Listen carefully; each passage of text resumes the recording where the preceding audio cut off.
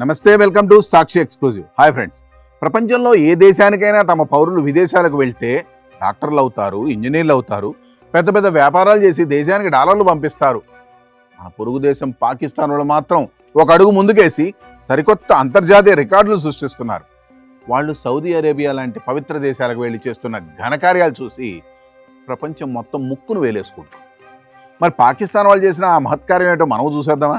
Saudi అనేది డబ్బున్న దేశం. మరి ఆ దేశంలో ఉద్యోగం పేరుతో వెళ్ళి నెల జీతం ఏం తీసుకుంటాంలే అనుకుని సదరు పాకిస్తానీలు సరాసరి అడుక్కోవడం మొదలుపెట్టారు.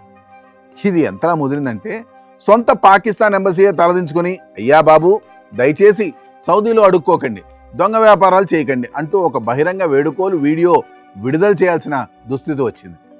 ఉమ్రా పేరుతో లేదా వర్కర్ వీసాల మీద సౌదీకి వచ్చే పాకిస్తానీలు అక్కడ చేస్తున్న లీలలపై సౌదీ ప్రభుత్వం కొరడా జొలిపిస్తోంది. అందుకే పాక్ ఎంబసీ ఇప్పుడు చేతులెత్తి దండం పెడుతూ విజ్ఞప్తులు చేసుకుంటోంది.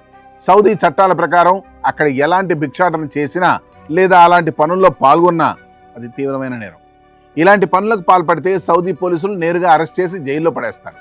అక్కడితో ఆగకుండా దేశం నుండి బహిష్కరించి జీవితాంతం మళ్లీ సౌదీ గడ్డపై అడుగు పెట్టకుండా శాశ్వత నిషేధం విధిస్తారు. అసలు పాకిస్తానీలు అక్కడ చేస్తున్న అద్భుతాలు వింటే మీరు నవ్వు ఆపుకోలేరు.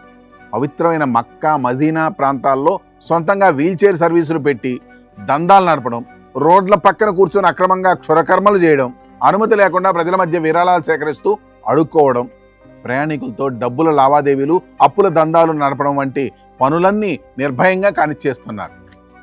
పుణ్యం కోసం ఉమ్రా యాత్రకు వెళ్ళిన వాళ్ళు ప్రార్థనలు చేసుకోవడం మానేసి అక్కడ అడుక్కునే ముఠాలుగా మారిపోవడం డ్రాగన్ స్నేహితుడైన పాకిస్తాన్కే చెల్లింది.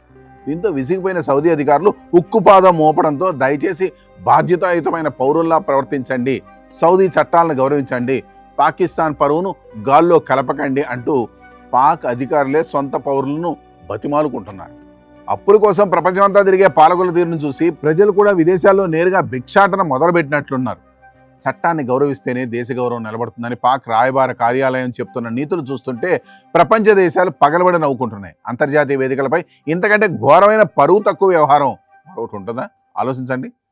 ఈ స్టోరీపై మీ కామెంట్స్ తెలియజేయండి. That's all for today. This is Harikrishna signing off Sakshi exclusive.